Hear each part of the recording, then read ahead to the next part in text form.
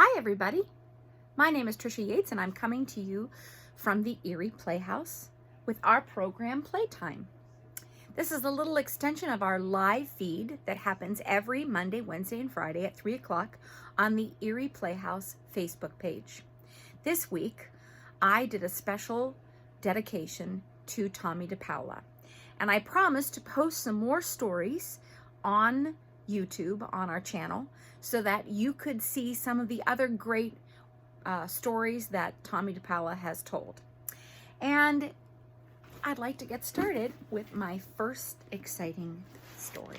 So if you joined us for the live feed, you will know that I brought along with me this wonderful silver bag. And this silver bag represents what I call the character bag. And inside it gives us clues about the story that we're going to be reading. So our first story clue for today is, do you know what this is? It's a hard hat. Now, why would you wear a hard hat?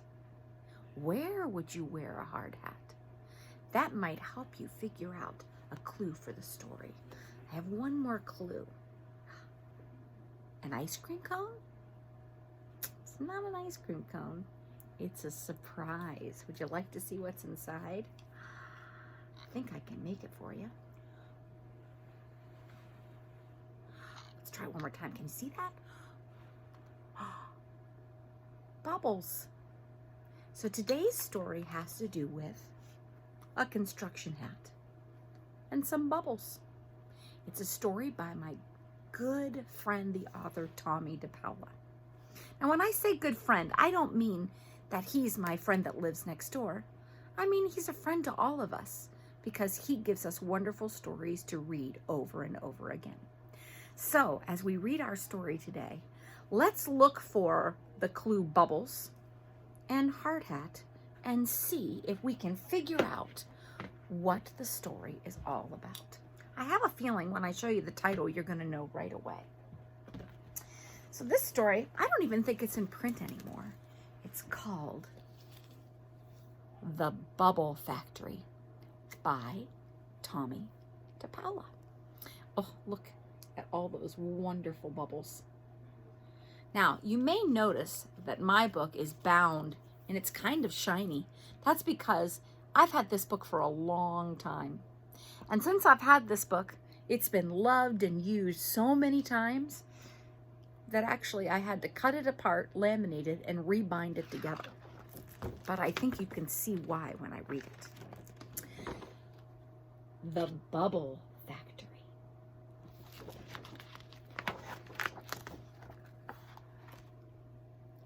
Sam and Molly were always getting into things. And Grandpa was always getting them out. Let's look at the things that they were getting into. Uh-oh. You can see on this side of the picture, the popcorn's all over the place. And oh, there's a kite in the tree. Oh, they're stuck in the snow down here. Oh, and they're just, looks like they're fighting in the bottom corner. But do you see how Grandpa is solving it right there? Grandpas do that, you know. So, one day, he handed the twin jars of bubbles to keep them out of trouble. Double bubbles, they were called, because with each wave of the double wand, out came not one, but two bubbles. I don't think I've seen a wand like that before. Perfect for twins, Grandpa said, and made right here in town at the Bubble Factory where I used to work. The Bubble Factory? The twins said at the same time. Would you take us there today? I want them to take me there today. So off they went. Before long, they turned down a winding road, and there it was. It looked like any ordinary factory, except for what was coming out of the chimney. Bubbles! Do you see it out of the chimney? Right there. Lots and lots of bouncy bubbles in every color you can imagine. Sam and Molly couldn't wait to go inside. Looks like a fun place, doesn't it? Grandpa introduced them to Mr. B, the head bubble master, who was just as round as a bubble himself. "I'm going to show you exactly how bubbles are made," Mr. B told the twins. I can't wait to find that out. The first stop was the great bubble machine, a maze of wheels and gears and levers and pulleys. Oh, wait, look at our picture. I think this is only one half of it. Are you ready? Here it comes. Oh my gosh, that is a cool machine. Jar after jar popped onto a belt.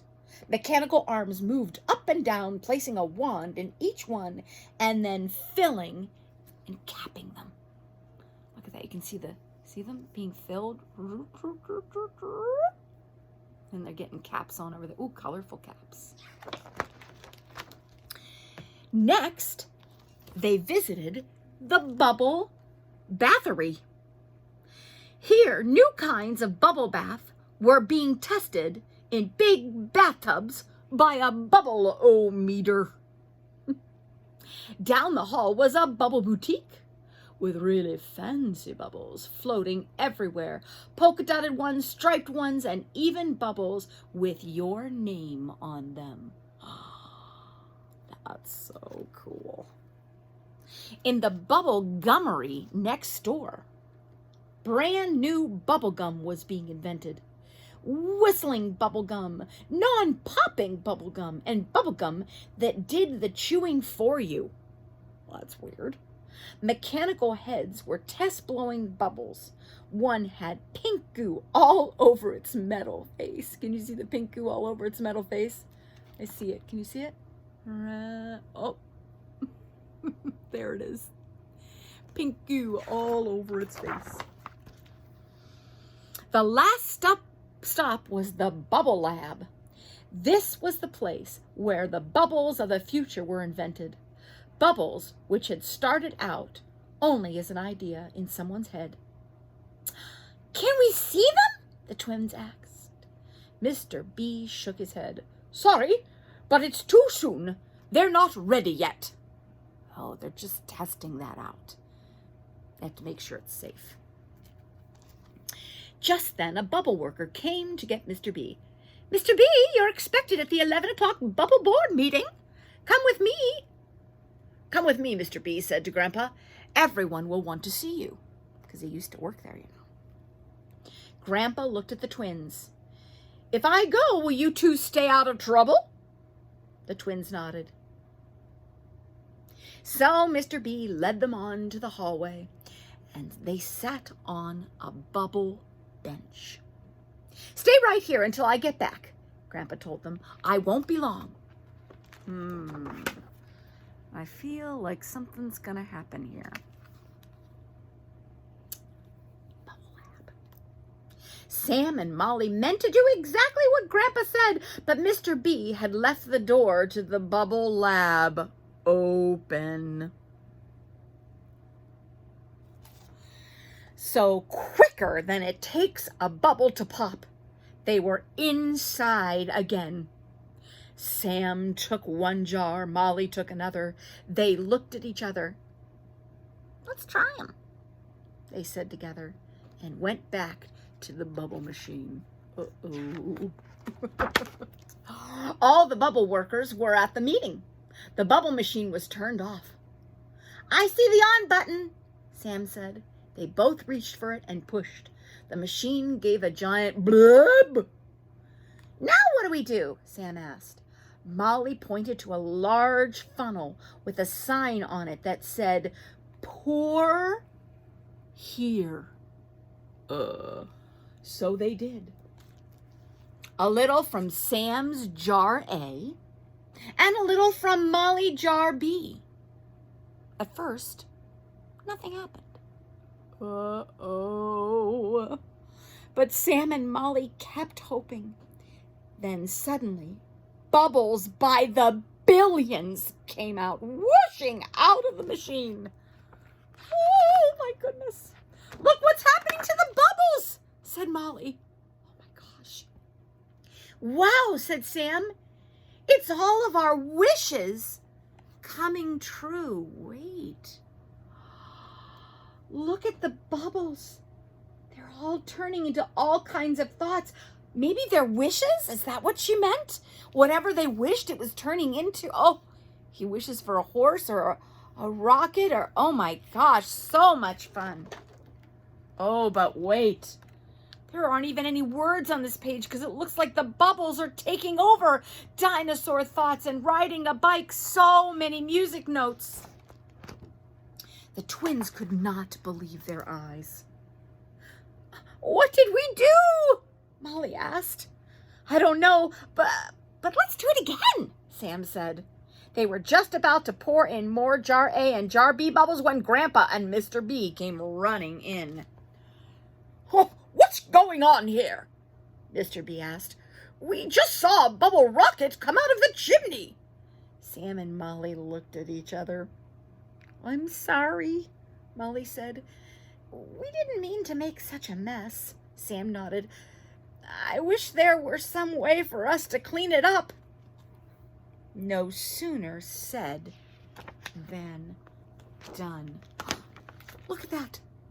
Sweeping bubbles. Bubbles to help clean up. I want some sweeping bubbles.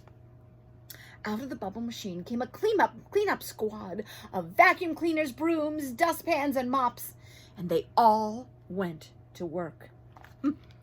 In a flash, everything was back as it had been before. Grandpa and Mr. B stood with their mouth open. This is amazing, cried Mr. B. No one has ever made bubbles like this before. What did you do?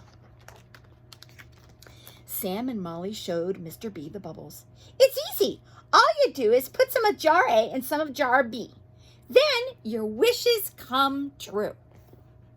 Do you see what I see? Have they been there all along and I just noticed? Those construction ants.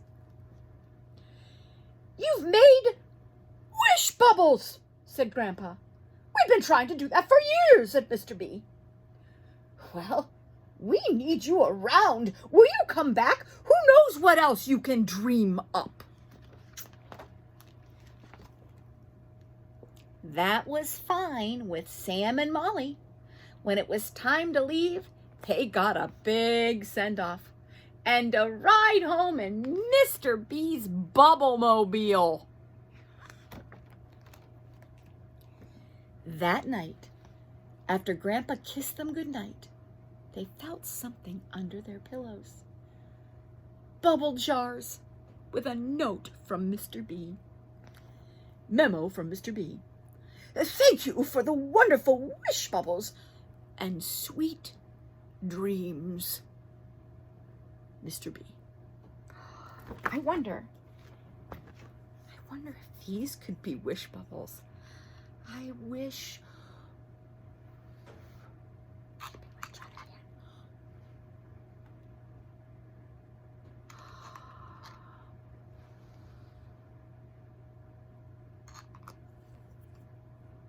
Lots of wishes. I think I'm gonna go see if my wish bubbles will make them come true. I hope you enjoyed this story by Tomie dePaola. A new one will be located on our channel tomorrow. Thanks for stopping. Have a great day, everyone.